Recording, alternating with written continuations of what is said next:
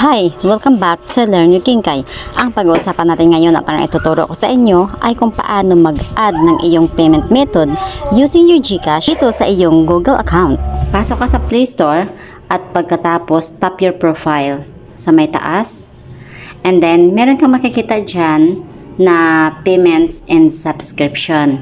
Tap nyo po yan and then pagkatapos payment methods. Tap nyo po yung payment methods. And then pagkatapos guys, ayan. Kung makikita nyo sa ating payment method ay wala akong ina-apply. Ayan. So kung gusto nyo pong mag-apply guys, ay tap nyo lang po itong add payment method to your Google account.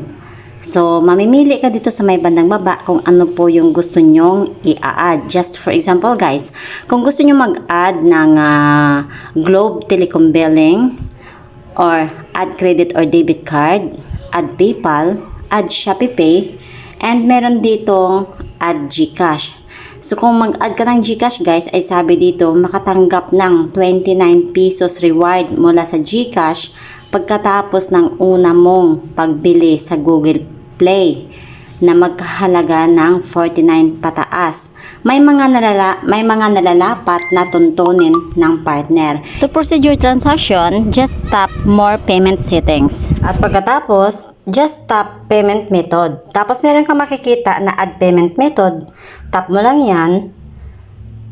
At dito sa my page na to, tap mo lang yung add payment method. And then pagkatapos, just enter your number or yung GCash number. At pagkatapos, and then tap mo yung save. Nakatulong ba sa'yo ang tutorial na to? At kung oo, please don't forget to hit like, subscribe, and share na rin sa ating video.